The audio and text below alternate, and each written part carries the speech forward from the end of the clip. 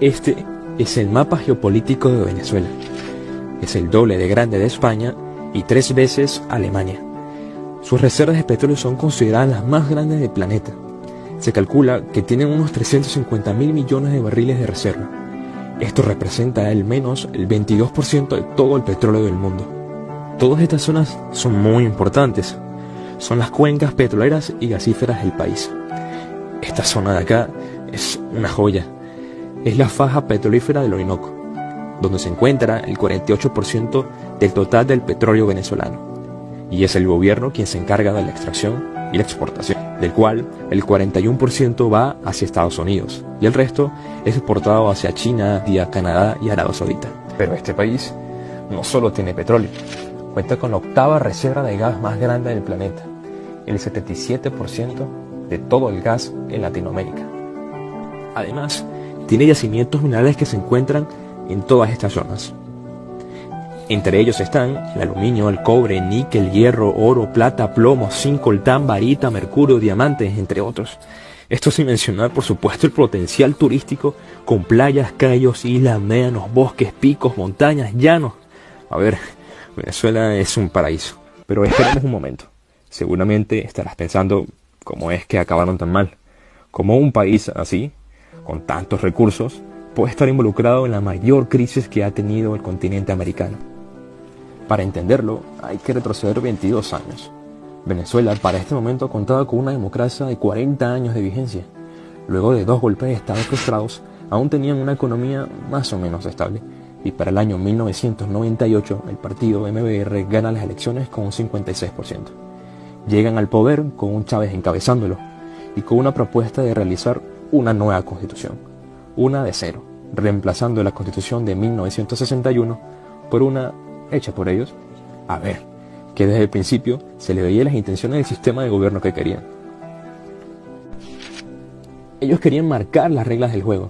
Poco a poco fueron secuestrando los poderes públicos, como el Consejo Nacional Electoral, el Tribunal Supremo de Justicia y la Fiscalía.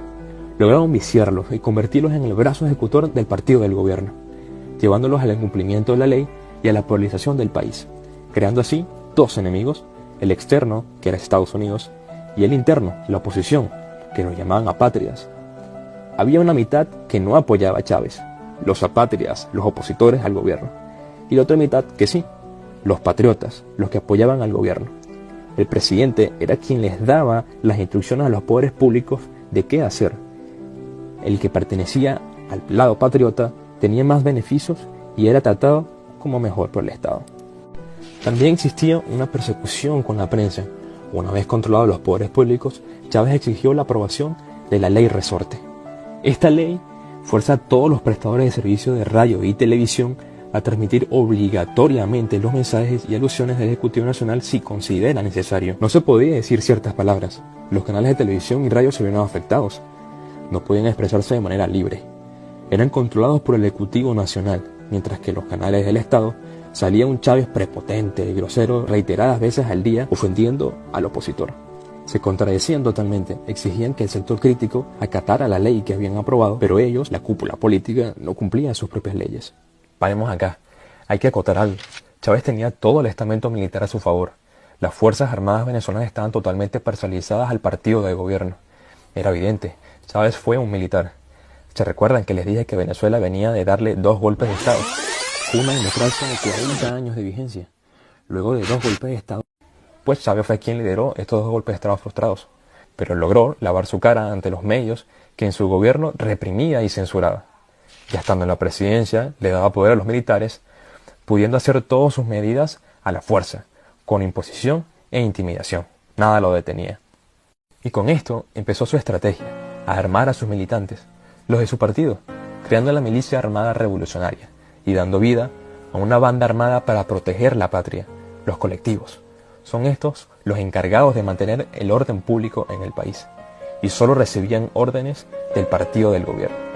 Vamos, que cualquiera que estuviera en su contra o se manifestaba era intimidado y si acudías a alguna concentración te o corrías el riesgo de no regresar a tu casa con vida. No se andaban con cuentos. El pueblo de Venezuela estaba enardecido por la situación de falta de libertad. Expresaban al mundo que lo que vivían era una dictadura. Y el 11 de abril del 2002, Venezuela estalla, llenando de manifestantes avenidas, calles y carreteras principales de la capital. Había tanta gente que se catalogó como la más grande concentración que se había dado en toda la historia democrática. El descontento hacia Hugo Chávez y su gobierno fue tan grande que el objetivo de la concentración se perdió y se convirtió en una marcha, con un solo fin y sin retorno: exigir la renuncia del presidente. Según cifras oficiales, esta marcha terminó con 19 muertos, la gran mayoría con balas en la cabeza disparadas desde alturas, otros asesinados por militantes del partido del gobierno, y hubo un total de 69 heridos. El día termina con una presunta renuncia de Hugo Chávez. Chávez regresa a los 2 días gracias a los militares. Acá comienza el declive del país. En su retorno se endurece, en su afán de apoderarse de todo, y su odio al capitalismo refuerza medidas, encarcela adversarios, cierra medios de comunicación, amedrenta a quien se lo ponga y empieza la expropiación de las empresas privadas más importantes del país. Lo que están en unos negocios, exprópiese. Este edificio aquí, ¿cuál es? Exprópiese, señor alcalde, exprópiese. Empresas del sector energético, agrícola, turístico, banca, automotriz, hostelera, lácteas de producción de comida, radio y televisión pasaron a estar a manos del gobierno, creando un estado muchísimo más grande. Se estima que se cerraron unas 5.000 empresas y 205.000 establecimientos. Por supuesto, los resultados fueron caóticos. Las presidencias de las empresas expropiadas se las repartieron como chuchas de piñata.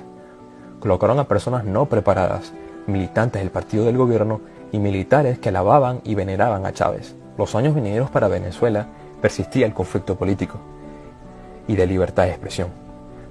Pero eran los años del boom de petróleo. El precio del petróleo se disparó, el ingreso de los petrodólares al país se incrementaron. Fue la época donde el gasto público aumentó muchísimo más. Muchos economistas advertían que esta etapa de subida del petróleo no iba a durar mucho. Recomendaban al Ejecutivo Nacional que el país no podía seguir dependiendo únicamente del petróleo. No son acatadas las recomendaciones y se continúan con una sola línea: la Venezuela petrolera. Chávez muere, quedando como sucesor Nicolás Maduro. Con el nuevo presidente se empeoran las cosas. Maduro recibe los resultados de una estrategia fracasada bolivariana de Chávez.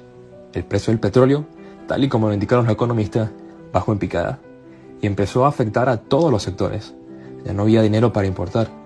Todo se había ido en planes sociales, en empresas expropiadas manejadas por el Estado que al final terminaron quebradas, en obras multimillonarias donde se habían aprobado el total de los fondos y jamás se habían culminado. Desde que entró el partido del gobierno al poder, la deuda pública aumentó. En 1999, la deuda alcanzaba la cifra de 1.200 millones de dólares y para el año 2017 se había incrementado el 223%. En comparación de este recuadro, esto es lo que representa el total de 3.916 millones de dólares. En comparación a otros países como Perú, Colombia, Ecuador y Chile, este sería la representación. Una enorme diferencia. La deuda externa también subía como la espuma. Las deudas multimillonarias con China y Rusia hicieron inflar estos resultados, hasta llegar a los 70.000 millones de dólares, los peores resultados económicos de la historia de Venezuela. El pueblo sabía quién eran los responsables. Los índices económicos no pintaban nada bien. El hundimiento de la economía venezolana era real. La caída del PIB respecto a los años anteriores era demoledora, llegando hasta los menos 25% de Producto Interno Bruto. Venezuela estaba quebrada. Una inflación galopante empezaba a afectar a toda la ciudadanía. Hasta ahora ya se catalogaba a Venezuela como una hiperinflación. Este es el incremento inflacionario del país en 10 años, según el FMI. El bolívar, la moneda oficial en el país, se devaluaba cada día. Y adivinen por qué. Maduro, como típica medida económica populista, le dio el botoncito de imprimir billetes. La devaluación afectaba tanto al venezolano que el bolívar perdió todo valor. Mientras más billetes habían, menos valor tenían. El venezolano tenía que llevarse sacos de dinero solo para pagar un único producto. El dinero no valía nada. Las cifras de compra eran tan altas que las denominaciones de los billetes que habían en circulación no servían. La moneda estaba devaluada. La medida del Ejecutivo Nacional ante esta inflación y devaluación fue quitarle 3 ceros a la moneda actual. La medida no funcionó, los precios siguieron subiendo como la inflación iba acrecentándose. Así que el gobierno lanza un nuevo cono monetario, con nuevos billetes y con un nuevo nombre: Bolívar Soberano. Muy ingeniosos, ¿no? A ver, para que entiendan, con el nuevo cono monetario, si este envase de leche costaba 600.000 bolívares fuertes, ahora eran 6 bolívares soberanos. Saquemos cuenta, si quitamos los 3 ceros que habían quitado en la primera medida de Maduro, y luego los 5 ceros que le quitaron por segunda vez, son un total de 8 ceros. Habían destruido una economía. Era un círculo vicioso. Maduro siguió imprimiendo billetes. La inflación era una bestia creada por los bolivarianos que no iba a parar de crecer y crecer. No iba a parar de comerse el salario del venezolano, reduciéndolo así al más bajo de Latinoamérica, ganando solo $6 por mes. Era evidente que no alcanzaba para comprar lo elemental: pan, leche, huevo. O comprabas comida o pagabas el transporte público para ir a trabajar. Era insostenible este modelo. No hay que ser un estudiado en economía para saber el resultado de todas estas medidas por más de 2 décadas que realizó el gobierno y ahora la narcotiranía, en contra de las empresas privadas y la libertad de los ciudadanos. Por supuesto que todo esto iba a llevar a una de las peores crisis que se ha visto, y más en un país tan rico como Venezuela. Según datos de la ONU, la situación en Venezuela es un desastre humanitario mayor, y es tan grande la crisis y tan compleja que el nivel de la pobreza para el año 2007 superaba el 87%, generando al final una ola de migrantes venezolanos que seguramente te has encontrado más de 5. Y es porque hay casi ahora unos 5 millones de inmigrantes. En Colombia se encuentran unos 1.5 millones. En Estados Unidos unos 350.000. En Perú unos 870.000. En España unos 250.000. Los demás están distribuidos en Argentina, Chile, Uruguay, Brasil, Ecuador, Panamá, México, Canadá, entre otros países. La estimación para el año 2020 es caótica, superando a Siria y Afganistán, países que han sufrido conflictos de guerra. Hasta 7.5 millones de migrantes venezolanos estarían fuera de su país, según datos de la OEA. En Venezuela todavía sigue pasando la tormenta bolivariana y destrozando todo a su paso.